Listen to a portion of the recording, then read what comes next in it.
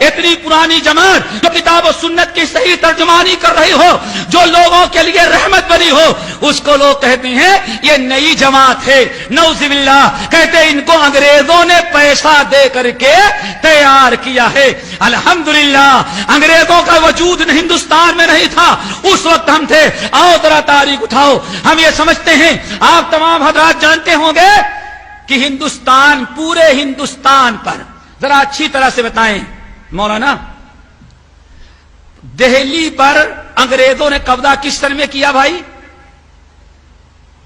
کوئی بتا سکتا ہے کتنے سن میں کیا؟ 1857۔ 1857 انگریز یہ دہلی میں آ رہا ہے 1857 میں۔ اللہ اکبر، سن لو میرے بھائیو، جڑ جاؤ ہم سے، اے کتاب و سنت کے شہدائی بن جاؤ۔ انگریزوں کی یہ جماعت نہیں ہے، یہ رسول اللہ کی جماعت ہے، یہ صحابہ کی جماعت ہے، یہ وَلْتَكُن مِّنكُمْ أُمَّةٌ والی یہ جماعت اور گروہ ہے۔ 1857 میں انگریز دلی میں آ رہا ہے، اور سب سے پہلے دلی میں جس نے کتاب و سنت کی دعوت دیا وہ کون ہے؟ شاہ ولی اللہ محدث دہلوی۔ شاہ ولی اللہ محدث دہلوی، تاریخ یاد رکھو، پھر یاد رکھو، انگریز دہلی میں کب آیا؟ 1857 عیسوی کے اندر، اور شاہ ولی اللہ محدث دہلوی رحمت اللہ علیہ سن 1732 کتنے میں؟ اردو کی گنتی آتی نہیں آتی بھائی آپ لوگوں کو؟ 1732 عیسوی میں دہلی سے حج کرنے کے لیے کہاں گئے تھے؟ اجمیر۔ کہاں گئے تھے حج کرنے؟ مکہ گئے تھے بھائی، مکہ گئے تھے۔ اللہ اکبر، کتاب و سنت میں حج صرف ایک ہی جگہ ہوتا ہے، کہاں؟ مکے کے اندر۔ 7 مرتبہ نہیں 14 مرتبہ چلے جاؤ، جب بھی اجمیر میں حج اور عمرہ نہیں ہوگا، حج کرنے کے لیے مکہ ہی جانا پڑے گا، اور کہیں دوسری جگہ حج نہیں ہوگا۔ شاہ ولی اللہ محدث دہلوی رحمت اللہ علیہ سن 1732 عیسوی کے اندر مکہ گئے حج کرنے کے لیے۔ حج کر کے جب مدینہ گئے، مدینے کی زیارت کے لیے، تو مسجد نبوی میں نبی علیہ السلام کی قبر کی زیارت کر کے اپنے ٹھکانے پر جا رہے تھے، تو دیکھا کہ ایک جگہ ایک صاحب بڑے میاں بیٹھے ہوئے ہیں اور بہت بڑا حلقہ لگا ہوا ہے۔ شاہ صاحب رحمت اللہ علیہ کہتے ہیں ساری زندگی میں نے دہلی میں گزارا تھا، اور دہلی میں جو کچھ میں نے پڑھا تھا، کیا قال ابو حنیفہ رحمہ اللہ، قال ابو یوسف، وقال محمد، وقال حسن، وقال ظفر۔ کہتے ہیں اللہ کی قسم، دلی میں سن 1732 عیسوی کے پہلے دلی میں جو میں نے علم حاصل کیا تھا وہ صرف کیا تھا؟ قال ابو حنیفہ رحمہ اللہ، قال ابو یوسف، قال محمد، قال حسن، قال ظفر، یہی سب سنا تھا۔ کہتے ہیں مدینہ طیبہ میں نبی علیہ السلام کی قبر کی زیارت کر کے جب راستہ پکڑ کے مسجد سے باہر نکل رہا تھا، تو میں نے دیکھا کہ ایک بوڑھا انسان بیٹھا ہے اور بہت سارے لوگ بیٹھے ہیں۔ ہم نے سوچا شاید ہدایہ، یہی سوچے ہوں گے ہدایہ کا درس ہو رہا ہے بھائی، یا سوچے ہوں گے شرح وقایہ کا درس ہو رہا ہے۔ بیٹھ گئے وہاں کھڑے ہوئے، تو کہتے ہیں وہاں نہ قال ابو یوسف ہے نہ قال ابو حنیفہ رحمت اللہ علیہ۔ کہتے ہیں وہاں زندگی میں پہلی مرتبہ میں نے سنا قال رسول اللہ صلی اللہ علیہ وسلم، زندگی میں پہلی مرتبہ میں نے سنا کہ قال رسول اللہ بھی کوئی چیز ہوا کرتی ہے۔ کہتے ہیں میں نے کچھ اور کالا پڑھا تھا، اور یہاں کالا کے آگے رسول اللہ آ رہا ہے۔ کہتے ہیں میں تھوڑی دیر کے لیے بیٹھ گیا، ایک حدیث سنی، 2 حدیث سنی۔ وہ تھے حضرت ابو طاہر محمد ابراہیم القردی رحمت اللہ علیہ، وقت کا محدث تھا، وقت کا اہل حدیث تھا، جو مسجد نبوی کے اندر درس حدیث دے رہا تھا اور کتاب و سنت کی خدمت کر رہا تھا۔ شاہ ولی اللہ محدث دہلوی رحمت اللہ علیہ کہتے ہیں میں نے سنا کہ کوئی علم قال رسول اللہ بھی ہے۔ دوسرے دن ان کے پاس دیر تک بیٹھا، بڑا مزہ آیا۔ کہتے ہیں کہ 14 مہینے، کتنے مہینے؟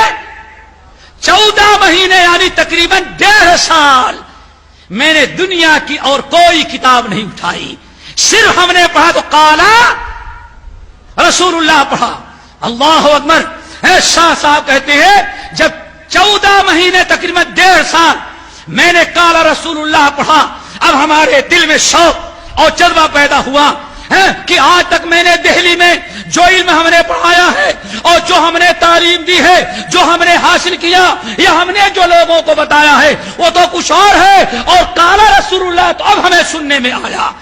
کہتے ہیں 14 مہینے گزر جانے کے بعد ہم نے اپنے استاد محترم امام ابو طاہر محمد بن ابراہیم رحمۃ اللہ علیہ سے اجازت مانگی.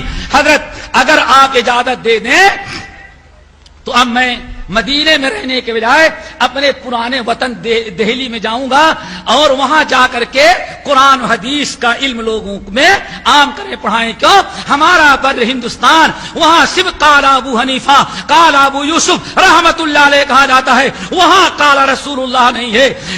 ہمارے استاد محمد ابو طاہر محمد بن ابراہیم کردی رحمت اللہ علیہ نے اجازت دیا. شاہ صاحب رحمت اللہ علیہ کہتے ہیں جب الوداعی ملاقات ہم نے اپنے استاد سے کیا, مصافحہ ملایا, سلام کیا, تو اس وقت میں نے اپنے استاد کے سامنے کہا تھا یا استاد محترم نسیت کل شیء کنت عارفہ الا طریقا یؤوینی الی ربکم. اے استاد محترم یاد رکھیں جو علم ہندوستان سے قال ابو حنیفہ قال ابو یوسف لے کر کے آیا تھا ہم مدینے میں چھوڑ کر کے جا رہے ہیں, اور جو علم آپ سے میں نے سیکھا ہے یہی علم اب ہم لے کر کے ہندوستان جا رہے ہیں.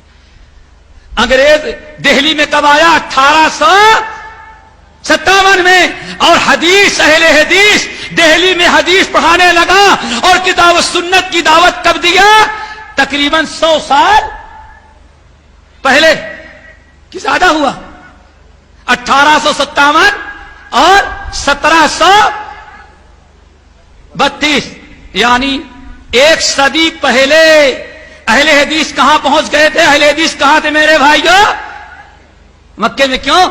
انگریز پیدا کرتا اور انگریز اہل حدیثوں کو تیار کرتا اور اہل حدیث انگریزوں کے ایجنٹ ہوتے تو سن 1857 کے بعد پیدا ہوتے. اور وہی نہیں, اور آپ لوگوں کو سنا دوں, یہ بہت غلط فہمی ہے میرے بھائیو. علامہ محمد فاخر زائر الہ آبادی رحمت اللہ علیہ یو پی کا وسط کا حصہ ہے. اللہ اکبر. وہاں وہ دار شاہ اجمل بڑی مشہور جگہ ہے, وہاں وہ کتاب و سنت کی دعوت دے رہے تھے. حالانکہ اللہ اکبر انگریزوں کی حکومت ابھی الہ آباد میں بھی نہیں تھی, وہاں بھی بہادر شاہ ظفر سے پہلے ابھی انگریزوں کے 150 سال پہلے کا واقعہ یہ ہے. انگریزوں کا کوئی تعلق اہل حدیث سے نہیں تھا. اور کیا تھا ہم ابھی آپ لوگوں کو بتاتے ہیں. اللہ اکبر. علامہ فاخر زائر الہ آبادی رحمت اللہ علیہ جو کتاب لکھتے ہیں اپنے آپ کو اہل حدیث کہتے ہیں. کیا کہتے ہیں؟ ما اہل حدیث سے دگارا نہ شنا سے بحدیث مصطفیٰ چوچرا نہ شنا سے, ہم اہل حدیث ہیں. پتا چلا انگریزوں کے ہندوستان میں آنے سے پہلے بھی ہندوستان الہ آباد میں اہل حدیث موجود تھے. لندن سے اہل حدیث اپنے پادریوں کو تو لے کر کے آیا ہے لیکن اہل حدیثوں کو لے کر کے نہیں آیا. انگریزوں سے 100 سال 150 سال پہلے لوگ اپنے آپ کو اہل حدیث کہتے رہے میرے بھائیوں. اور ذرا سنو, شاہ صاحب رحمت اللہ علیہ دنیا سے چلے گئے. شاہ ولی اللہ دنیا سے چلے گئے اپنے بعد, اور انہوں نے کتاب و سنت کی دعوت کی. جی اللہ اکبر. بہرحال بتا رہا تھا کہ ہوا کیا میرے بھائیوں, یہ کوئی تعلق اس سے نہیں, یہ سینکڑوں سال پہلے سے. علامہ فاخر زائر الہ آبادی رحمت اللہ علیہ اپنے کو اہل حدیث کہتے رہے, اور اہل حدیث گروہ موجود تھا. شاہ صاحب رحمت اللہ علیہ جب دنیا سے چلے گئے کتاب و سنت کی دعوت دی, کتابیں لکھی اور کتاب و سنت پر عمل کرنے کی تلقین کی اپنے شاگردوں کو, تو ان کے صاحبزادے حضرت شاہ عبد العزیز رحمت اللہ علیہ کا دور آیا میرے بھائیوں. جب ان کا دور آیا انہوں نے بھی کھل کر کے کتاب و سنت کی دعوت دی. اور ذرا سنو, 1800 یاد کر لو. آپ جانتے ہیں سب سے پہلی کتاب جو ہند پورے بر صغیر میں عقیدے پر، توحید پر، شرک و بدعات کی تردید میں لکھی گئی ہے، وہ انگریزوں کے آنے کے پہلے دلی میں لکھی گئی، وہ تقویۃ الایمان نامی کتاب ہے.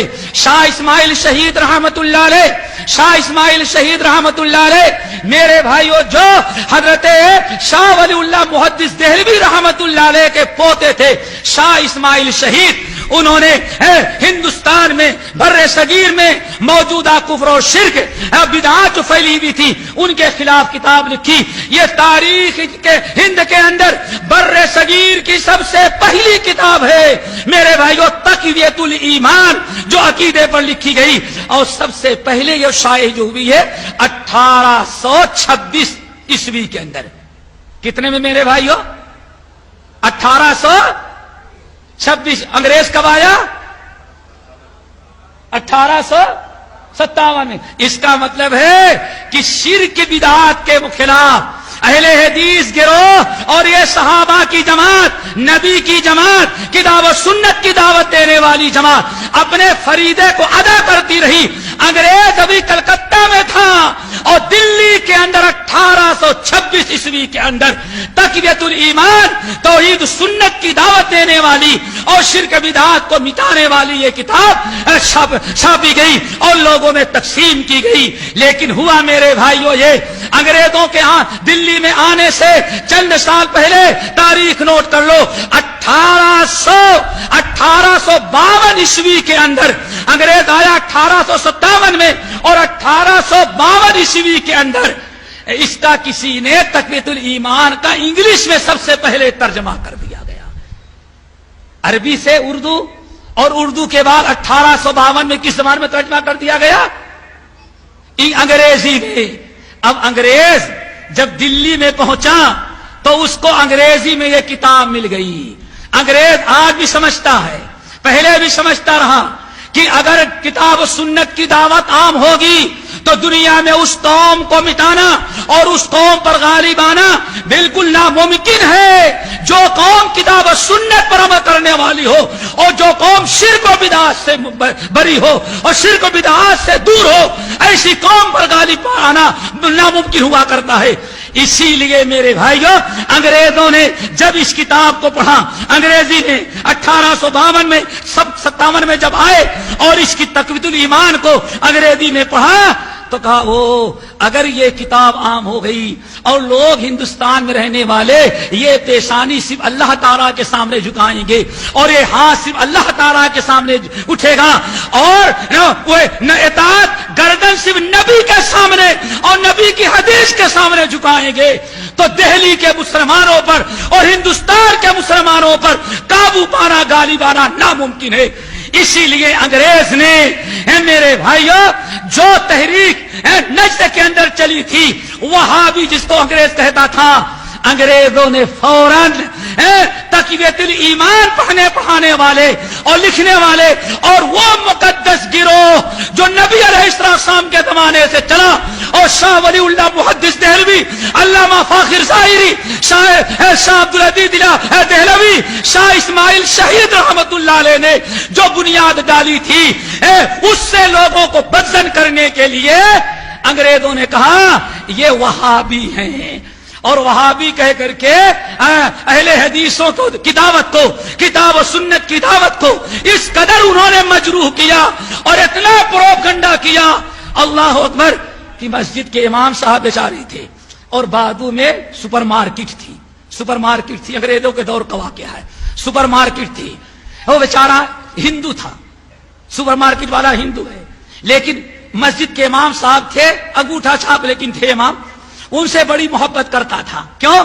گائے اگر دودھ نہ دے تو امام صاحب روٹی پر دم کر کے دیتے تھے، گائے اس کی دودھ دینے لگتی تھی. اگر بچہ بیمار ہو جائے تو اس کے وہاں جا کر کے اللہ اکبر سب کچھ کرتے تھے.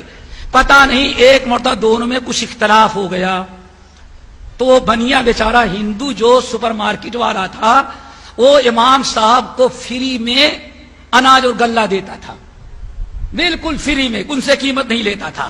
جب دونوں کی کھٹک گئی تو امام صاحب کو فری میں غلہ دینے سے انکار کر دیا، کہا کہ اب دوبارہ فری میں غلہ نے قیمت دو۔ اس کے بعد امام صاحب بہت غصے میں آئے، اعلان کر دیا بھائی غیر مسلم سے سودا لینا حرام ہے۔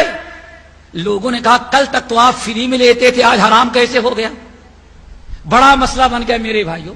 کوئی ایک آدمی بھی غلہ لینے سے انکار نہیں کیا، سارے محلے کے لوگ ہندو بنیا سے سامان لے رہے تھے۔ مولوی صاحب کو شیطانی سوجی، جمعے ایک دن اعلان کیا لوگوں سنو سنو، یہ ہندو جو ہے بہت برا ہو گیا، کیا یہ وہابی ہو گیا ہے، اس کے ہاتھ سے غلہ نہیں خریدنا۔ ہندو اور وہابی، جب اس لوگ میں مولوی صاحب نے کہا یہ ہندو وہابی ہو گیا تو لوگوں نے کہا وہابی سے تو سامان نہیں خریدیں گے۔ اللہ اکبر۔ میرے بھائیوں اس قدر بدنام